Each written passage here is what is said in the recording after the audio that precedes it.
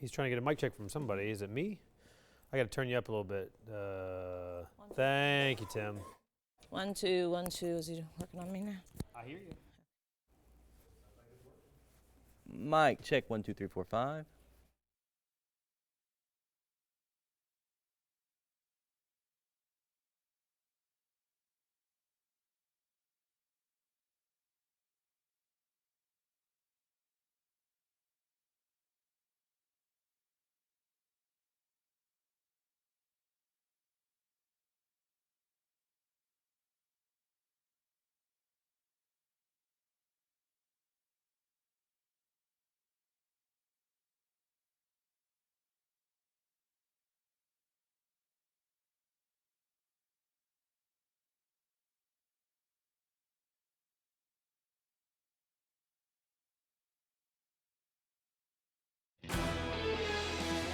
Coverage you can count on. You're watching WTVN News Leader Now.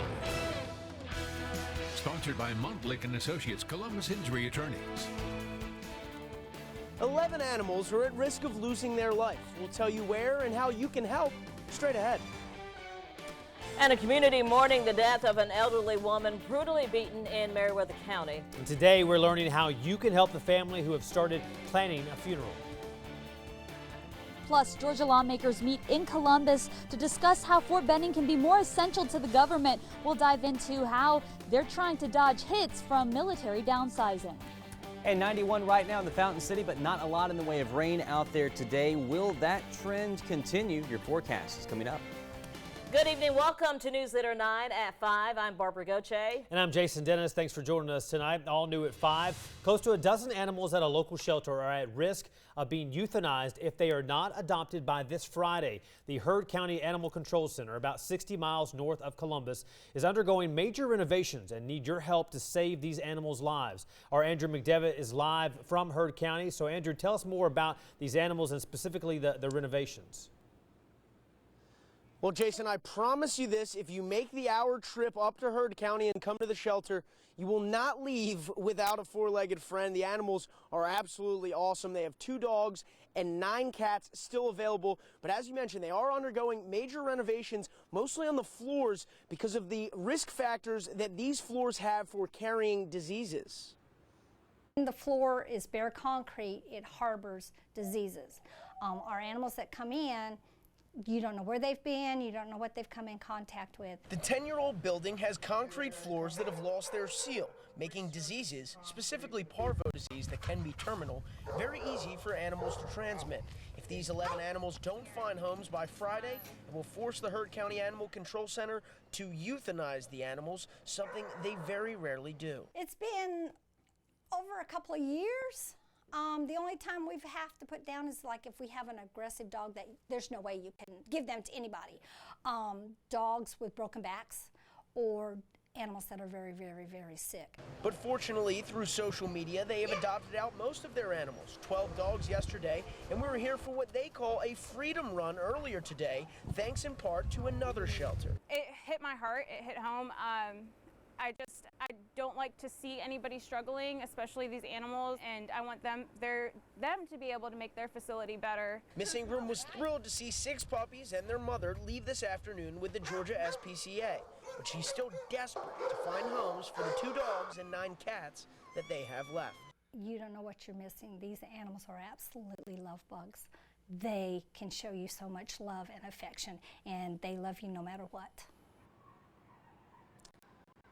Now, after these renovations are complete, which could take anywhere from 1 to 2 weeks, the Heard County Animal Control Center is hoping to secure funds for an additional building alongside this one that would more than double the capacity of animals that they can intake. Now, if you'd like more information on how you can help, you can head to our website, WTVM.com, and we'll have a couple of pictures of the 2 dogs and 9 cats that they still have available that need to be adopted out by Friday. That's very important. Reporting in Heard County, I'm Andrew McDevitt for News Leader 9. Jason and Barbara will send it back to you guys in Columbus. We'll keep everybody updated on these animals. All right, thank you, Andrew.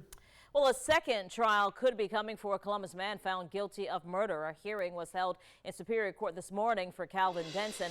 A judge says he is not ready to announce if a new trial will be granted. Denson was convicted of the murder and armed robbery of Julian Hernandez 5 years ago at the Plaza Motel on Victory Drive. Denson was given a life sentence.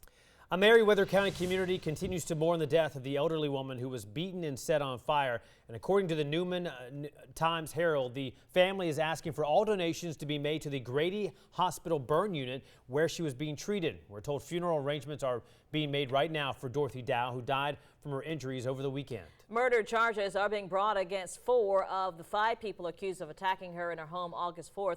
Angel Harmon, Cortavius Hurd, Justin Grady, and Mina Ellery reportedly knew Dow from working on her property. Right now, a court date has not been set for the suspects. Turning now to our weather, some scattered storms moving through some of our areas today, but who's going to see rain and who may stay dry? It certainly looks pretty out there right this minute as we take a live look from outside the National Infantry Museum. Chief Meteorologist Derek Kincaid is here now in the Storm Team 9 Alert Center with more on what we can expect tonight. Thanks, guys. Yeah, like yesterday, here you see that scattering of showers and storms. Not everybody getting wet. In fact, the view outside from the National Infantry Museum, fantastic. Columbus also dry. North from there, pretty dry as well, all the way up to LaGrange, to Auburn, to Alexander City, to parts of Chambers County, too. But we are watching some scattered areas of stormy weather down here near Eufaula, getting wet right now on the north and west side of town. That rain and stormy weather moving off to the west, so it should be moving out of the Eufaula area here fairly soon. And that's been the trend over the last few days. Showers and storms moving from east to west out there. We'll see that continue till about sunset, and the storms will lose a bit of their punch. They'll lose their strength, and we'll see dry conditions through the overnight hours. Right now, 91 in Columbus, 90 in Macon. Hot over in Montgomery, they have 93 degrees, so if you're not getting wet, likely pretty warm out there. Don't forget, you can always get the hour-by-hour breakdown of the forecast here over on the WTVM weather app. A great thing to have around as we get ready for the big Labor Day weekend, and we'll talk more about that forecast later in the show, guys. All right, Derek, thank you. Military downsizing and looming consolidation of bases is prompting Georgia lawmakers to be proactive and make Fort Benning, along with other military installations in the Peach State, even less expendable and more functional. All new at 5 tonight, our Emily Arroyo joins us live outside the National Infantry Museum, where U.S. Senator Johnny Isakson and Congressman Sanford Bishop, both of Georgia, were among those brainstorming this morning. So, Emily, what did we learn today? Well, Barbara, lawmakers say that we've definitely felt the hits of downsizing in our area, but if we want to prevent even more hits to our economy, we have to play on our area's strengths. Today, Georgia Military Affairs Committee members met to discuss what growth is in store for the Maneuver Center of Excellence. In attendance was Post Commander Major General Eric Wesley, along with a slew of other representatives. Leaders with the Georgia Chamber of Commerce also addressed the group, addressing the threat of military cuts and how Columbus can prepare for growth or more downsizing. It goes as far as making sure an airfield is prepared for a mission, to also making sure our school system is providing the level of education for our soldiers' children. So it's a combination, big process, but at the end of it ought to be that how do we make Fort Benning continue to add value both in the national defense perspective and economically to our region. Marketing Kelly Hill and the extensive tank trails on Post are just 2 ways lawmakers say Benning can grow and provide more resources to the Department of Defense. And while there is room to grow, lawmakers believe that Fort Benning and other posts are making the best of what they can with the budget restrictions currently in place. Barbara. And I know you also spoke with Senator Isakson, who has been vocal about building the military back up. What did he tell you about that today? He's resonated the same sentiments. He wants to see the military build back up and be aggressive with ISIL, and we'll have more of his reaction coming up on the news at 6. Barbara. All right, Emily, thank you. And the stop is second of a 3-day stop for this committee. They stopped in Albany at the Welcome Center on Monday. Tomorrow, the committee will visit the Robins Air Force Base in Warner Robins. The event starts at 3 p.m. A ceremony taking place today to announce a new scholarship that could help students in Muskogee County. The Craig family says they're creating a scholarship in honor of Jeanette and Eugene Craig. They are 2 longtime educators for the Muskogee County School District. The scholarship will use several factors to decide who gets the award, from financial needs to character. Mike Craig says this is something his parents would be proud of. Education meant everything to my mom and dad. We just wanted to do something. Our mother loved her job. My dad loved his job. And I think besides the 70 years they put in, I think that wasn't enough. The executive committees. The first person to get the scholarship will be in the spring of 2017.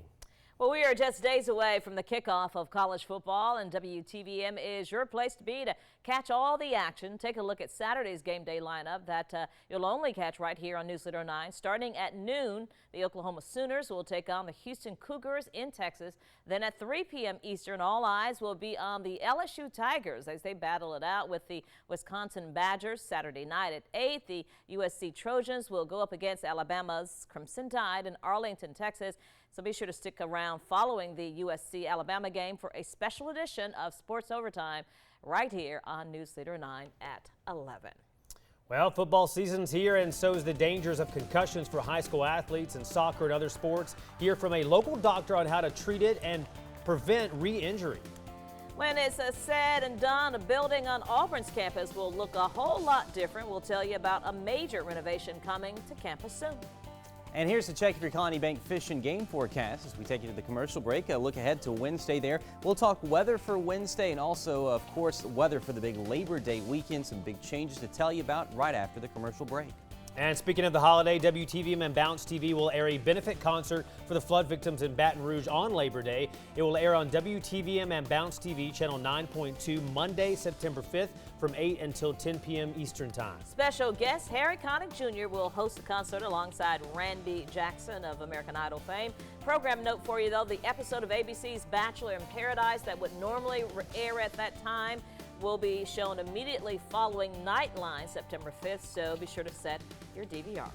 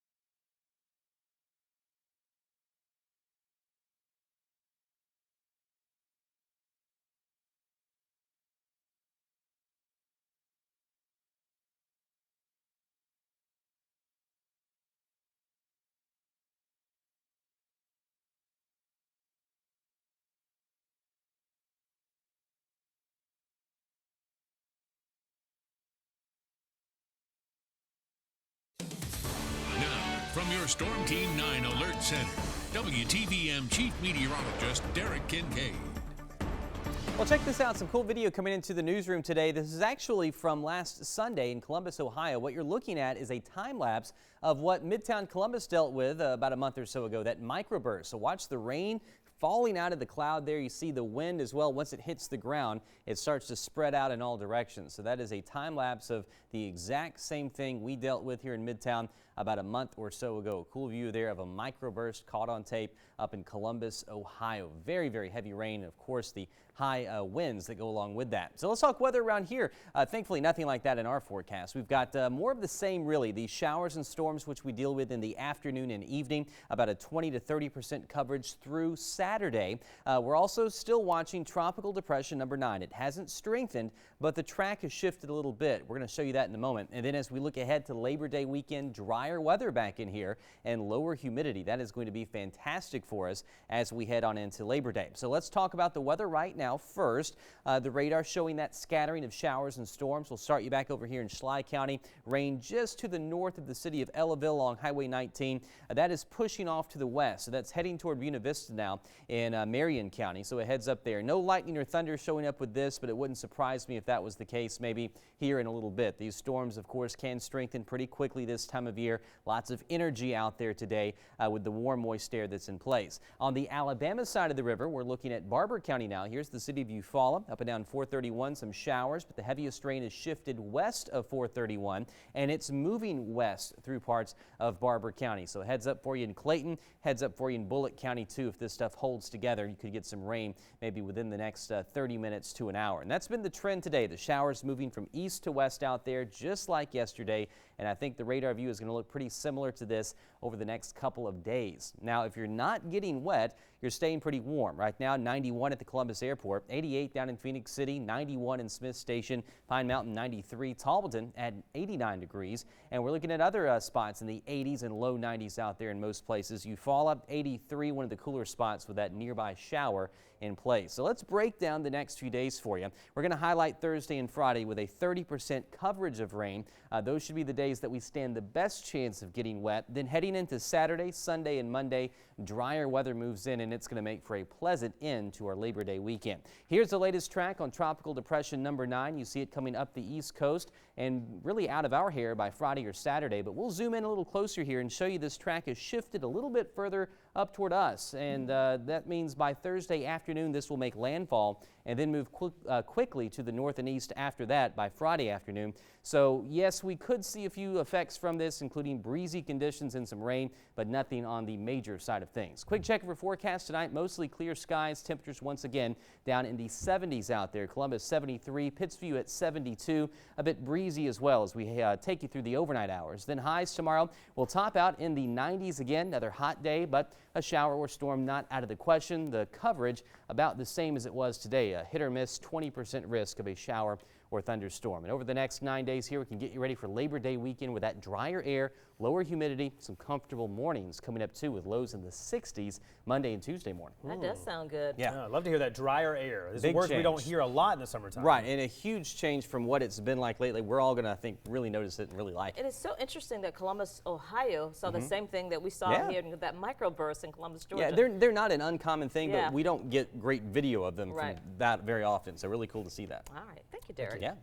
All right, to your voice, your vote tonight. Donald Trump getting ready for 2 big campaign events happening this week. Tonight, Trump will be in Washington State. Tomorrow, he is set to deliver a speech on his immigration policy. Some are saying he is unsure about what stance he wants to take on this issue. Also happening over the Labor Day weekend, Trump will visit Detroit in an effort to reach out to African-American voters. Trump's campaign has tried to focus on reaching out to all voters since new members were introduced earlier this month. One of those issues has a former presidential candidate speaking out.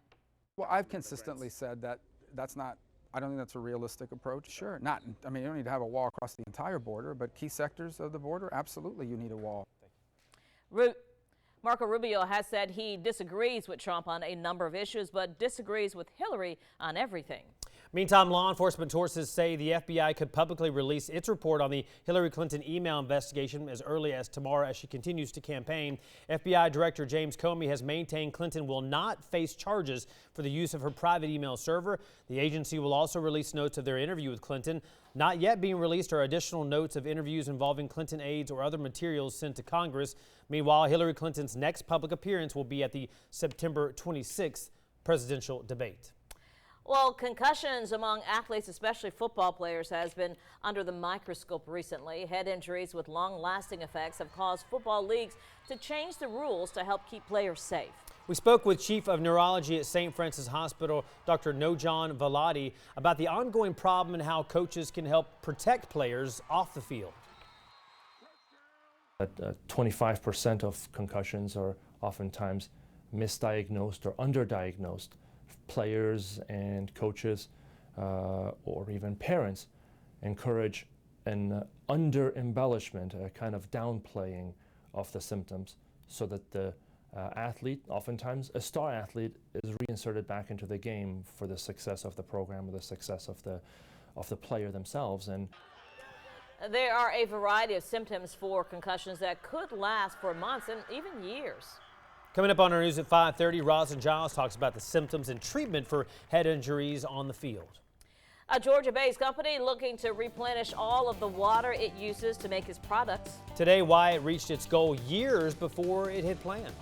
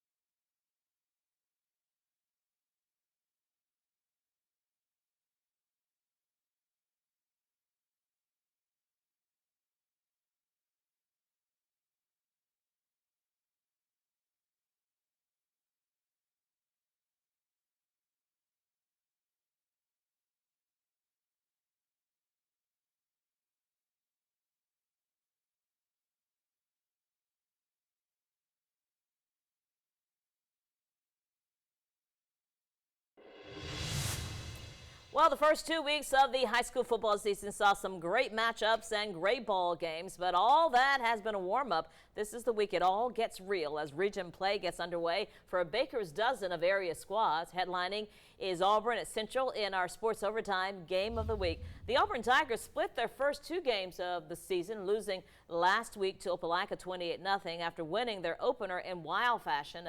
Brooks Fuller to Garrett Morris 37-yard TD with 58 seconds to go to give the Tigers a 17-14 victory over Carver of Montgomery. Now the Central Red Devils also splitting their first 2 games, falling in the opener to Hoover 23-7 in a game interrupted by a lightning delay, then taking out their frustrations on Fairfield Prep last week, a 36-0 drubbing.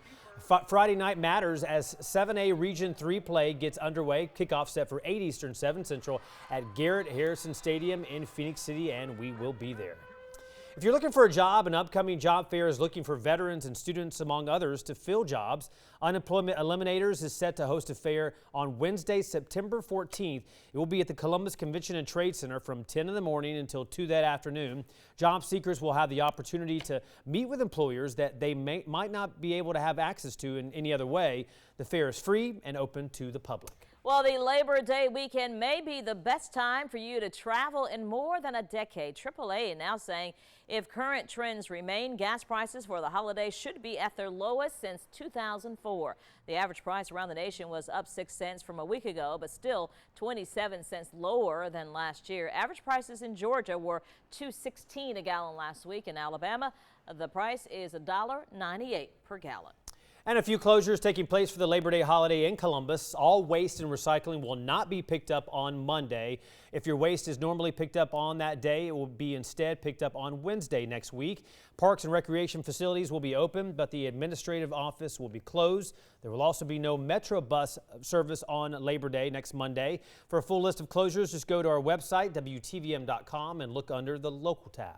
Auburn University set to host a groundbreaking ceremony for its newest renovated building. This is a look at what the building will look like when it's all done. The ceremony to take place on Saturday will celebrate the renovation of a textile building, which has been renamed the Gavin Engineering Research Laboratory. Thanks to $8 million donated, the project will include the renovation of the Gavin Laboratory operated by the university's College of Engineering. And it's a first for Atlanta-based Coca-Cola. The company says it has exceeded its goal to replenish all the water it uses to make drinks. Coca-Cola says last year it gave more than 190 billion liters of water back to communities and nature. That's about 115% of the amount of water it uses to make its products. The company had announced the goal of replenishing all the water it used in its drinks by 2020, but has already reached that goal. Oh, well, that's very nice.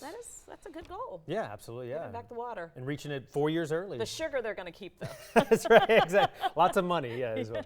We'll back with more late-breaking headlines in just a few minutes. The news at 5:30 coming up next. We'll tell you about a lawsuit from a group in Georgia being filed against the USA gymnastics team. That's straight ahead.